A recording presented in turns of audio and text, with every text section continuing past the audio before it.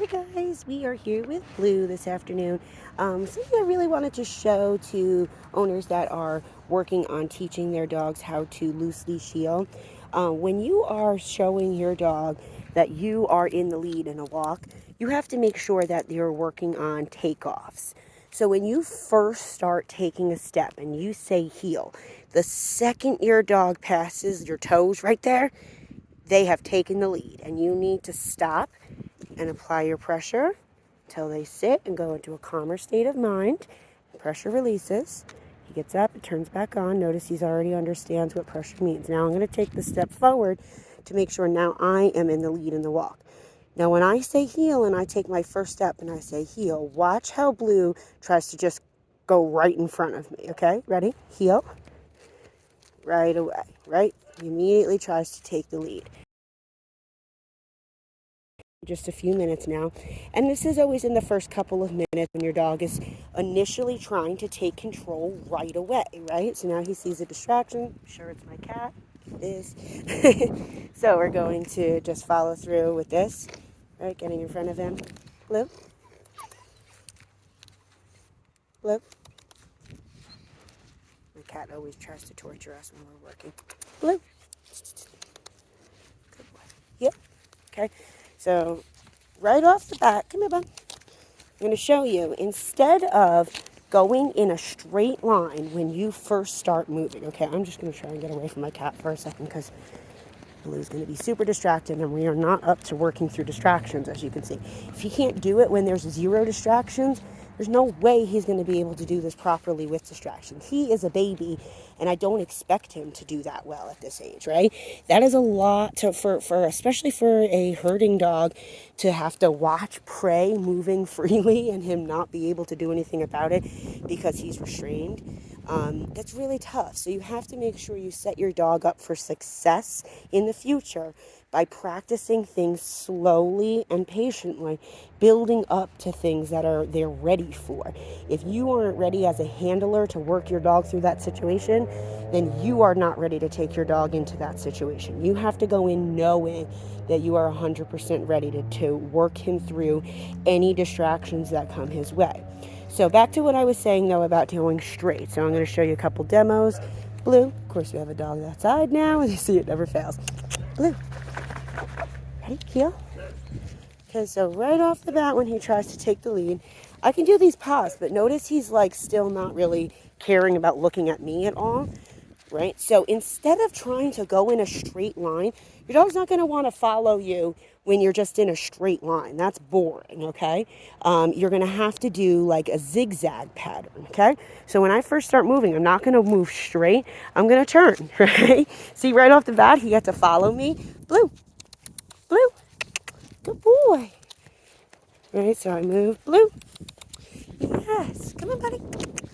Right, Blue. Yes, come on. So I'm teaching him, follow, follow, follow. Blue. Come on, good boy. And then I can use my leash to just give pops. What most people want to do is use their leash as this line to keep your dog right where you want them to be. You can't have pressure and be going like this all the time with this solid. You can't do that. If you want your dog to walk on a loose leash, you have to teach them how to walk on a loose leash. The biggest thing about healing is teaching your dog to follow you, right? So if I start off by going straight, that's a pretty boring way to follow. If we were playing follow the leader with a kid and all you did was just walk in a straight line, that kid's going to stop paying attention to that game real fast. And this is a learning game right now. So it's hard to tell. I don't have anywhere good to prop my phone out. I forgot my tripod. But you want to do zigzag patterns. So I'm going left and right, left and right. You want to do squares. You can do doot, doot, doot, doot, right? So sharp turns. Okay, you don't want to do these turns where you're catering to him and you're like, come on. No, you have to have dominance where you're going. Dogs should walk with you. If you're catering to him, or, all right, where does he want to go? Is he fun? No, come on, right? See how this is so confusing for him? He's like, what are you doing, right? I'm not showing him, look, this is where I'm going and this is where I want you to be. You're saying, oh, no, you're not doing what I want. Nope, this isn't what I want, but you're not telling him what you do want. So you have to have that dominance, and that goes for everything in dog training, okay? You have to have confidence in what you're asking your dog to do for them to know that you're serious, and you have to have follow through, consistency, right? You have to make sure that you are always making your dog do what you ask them to do. If you ever say sit and don't make him sit and he runs away and you're just like, I'll do it next time, right? You can't do that. You taught your dog just then that you're a pushover and you will eventually give in. And if he fights long enough and hard enough, he can get away with it. Now, doesn't that sound terrible? You don't want to have to make him, well, he'll do it eventually, but you don't want that behavior. You want him to do it for you the first time, because as a puppy, you made sure if I say sit, you've sat since you were a baby, right? You can't have this inconsistency with them or it won't work, right? So being a dominant handler is important. You have to be the alpha in the pack. You have to be the one that your dog follows. Otherwise, you're just letting them control the situation and you're just telling them, I don't like how you do it. But you're not giving any input into how you should do it. You're just saying, I don't like the way you're doing it, right? So that's not fair to him. That's going to make it really difficult. He doesn't know what to do. He just knows what he's doing isn't right. Or he's going to keep going to that behavior quick because he knows it works. So like for play biting, if you don't give him those corrections early on, that as soon as teeth touch skin, I give you a correction, then he's gonna think that this is just a game. Sometimes they get upset, sometimes they kind of play along with it until it gets really, rough, and then they get mad at me, right? We don't want that. He has to know, even if it's light, no teeth should ever be on skin. And this is why it makes it a little bit difficult for kids. Good boy. That's why it makes it a little bit difficult for kids, because they don't have that dominance and that follow through, and they can just be, a pack mate for them. They're not the one being the dominant one in the situation and telling them, hey, this is what I want. They just see them as part of the pack, right? So they don't really take those corrections from them as well. So it's up to you as the alpha in the group, in the pack, to tell the puppy in that moment, hey, no, you don't get to treat your other pack mates like that. Now, as the kids get older, they'll be able to have a little bit more dominance in what they're asking for. And dominance doesn't mean meanness. It doesn't mean you have to be stern, and that's not what it means. It means that you, like I've been saying, you have follow through and you use even just body language, right? So watch. I don't have to say the word SIT, right? All I have to do is add some spatial pressure into him. And that's using the front of my body as a form of pressure, right? So those are the kind of things that you have to learn as a handler. If you, just random, but thinking of it, keeping a leash on him in the house is going to be crucial for you guys, okay? You cannot give him all of this freedom to run around and pick up items that aren't his and jump on the kids or nip at them or try and pull on their pants, and have no way to follow through with, no, this behavior is not okay. It is always easier to stop a behavior from forming than it is to break a behavior once it's become habit. So you have to make sure you catch it before it gets worse. So for instance, trash diving. Let's say a dog goes up to a little waste paper basket, like a short little one, not even a big garbage can that he might not be able to reach. If he goes up to even a little waste paper basket and starts sniffing around it, I immediately say, off, and I give him a little pop on the leash. Because there is zero reason that sniffing the garbage can is going to lead to anything positive in our relationship, right? The next step to sniffing is, ooh, that smells good. Bury my head in it, sniff around, find something good, knock the can over, get what I want, make a mess, run away with it, tear it up, and then you come in the room and he's over there eating a roll of toilet paper, right? that shows that you were not paying attention to him long enough, that he was able to have all of those steps that you missed in training, that you could have stopped before it got to the point of, now I have to go snatch it from him. And he's just going to think, oh, I'm getting in trouble for eating this. Not because he went into the garbage can, but because, oh, they don't like when I eat toilet paper rolls. So it's okay if I grab that banana peel, right? So that's just in a dog's mind, that's the process they're thinking. Same goes for like potty training. You have to catch it in the act, because like I've said this in other videos, you have to catch it in the act, because if you don't, they're going to think you just don't like pee or you don't like poop. It's not that you don't like that they're using it they're doing that in the house. It's that they think you just don't like that. And that's going to make your potty training harder. So catching him in the act before things happen.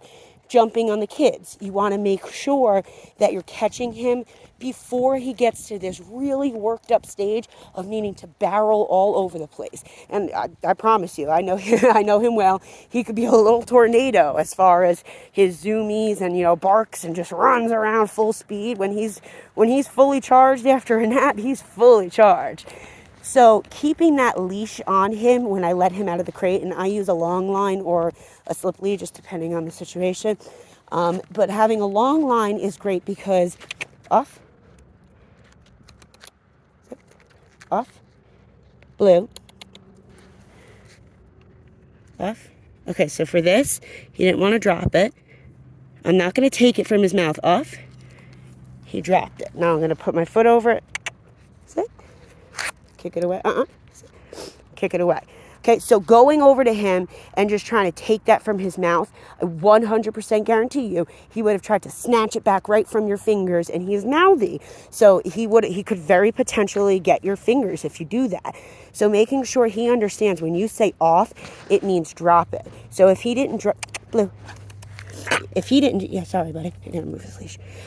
If he didn't drop it that first time, then all I did was I just kind of curl his lip under, and you can do this top or bottom, right? So if he's nipping, that's what you're going to do too. I don't want to correct him because he's being good, but you're just going to roll your fingers under and kind of press on his teeth with his lips a little bit, basically his jowls.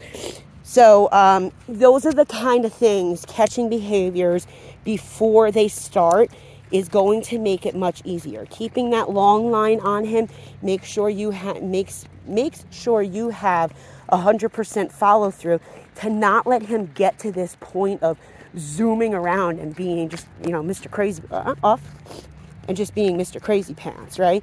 So you have to keep him in check.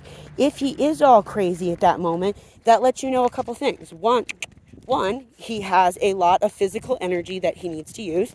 2, he's got a lot of mental energy that he needs to use. And 3, it's time for you to do some work with him, whether that be engaging with him in appropriate play, grab a toy with him, play fetch, or, whatever it may be. But you cannot rely on just playing with him and giving him toys and hoping that's going to be enough to have a calm dog. You are going to be sorely disappointed if you think giving your dog toys is the only way you're going to get them to calm down, because it is a fraction of what you're going to do to get your dog to relax. That is just simply fun. You think about kids, right? Toys are not the only thing that they need to function properly on a daily basis. They need a good diet. They need to go to school. They need to use their brain. They need a good night's sleep. They need repetition. They need, consistency from a parent. They need discipline. They need structure. Your puppy, off, blue, off. Sorry, this is hard with one hand. Off, good. Okay, so I just pinched his cheeks a little bit. He dropped it, and I kicked it away. Blue. Sit. So like I was saying, though, these are the kind of things that you need to do with your kid. Those are the kind of things you need to do with your puppy. When you have kids, you don't just put them on the ground. When you have a baby, you would never, or a toddler even better, you never just put them down on the ground when you're going to do the dishes or take a shower or something, right? What did you do with the baby? You put him in a pack and play, you put him in a crib, you put him in a jumperoo, you put them somewhere safe that they were contained, that they could do something to occupy them with a toy or whatnot while you needed to do something else and not watch the baby. You're not going to have a good time potty training him. Come on, buddy. Off. Sit. You're not going to have a good time potty training him if he is off leash and has all of this freedom. You cannot give your dogs all the freedom in the world and they get mad at them when they mess up and take it away from them. They have to earn freedom, and they get more and more as you start to trust them. So they should come out when they're being monitored and somebody's playing with him or working with him or walking him or feeding him or playing with him. Other than that, he should never just be hanging out with you guys at this age, just nobody kind of paying attention to him. Just because we want him to do that does not mean that that is what you can do with him at this age, okay? He has got to learn what's appropriate and do it an X amount of times in your house with you as the handler for him to know that this is what you allow and this is what you don't allow. If you give him the opportunity to do things that you don't allow, that's a win for him and a lose for you. And you're going to have to do 2 times the work now. You're going to need 2 wins to start beating him now for him to understand, right? So potty training, you have to catch him in the act. You have to have a potty schedule where you take him outside at specific times. You don't want to wait for your dog to tell you they need to use the bathroom. That's most people's big mistake with potty training. They're like, he didn't tell me he needed to go. He's a baby. He doesn't understand that he needs to go yet. He hasn't done it X amount of times enough to understand that when I use the bathroom, I'm only allowed to do it when I'm outside, right? He just thinks I have to pee. I'm going to pee.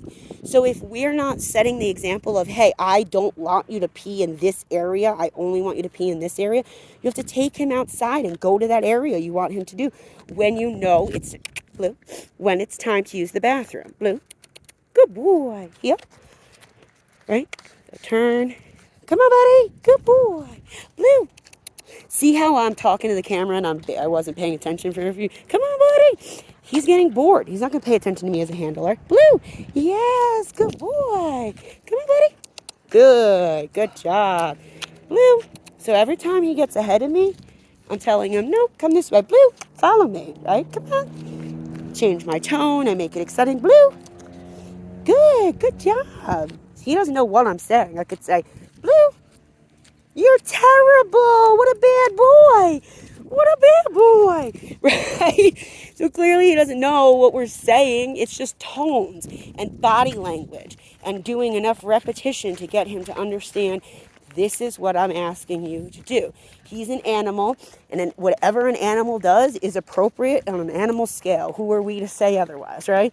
If we want a different output, we have to be the ones to show them, hey, this is what I want from you, X amount of times. And I typically say it becomes a learned behavior after they've done something about 100 times.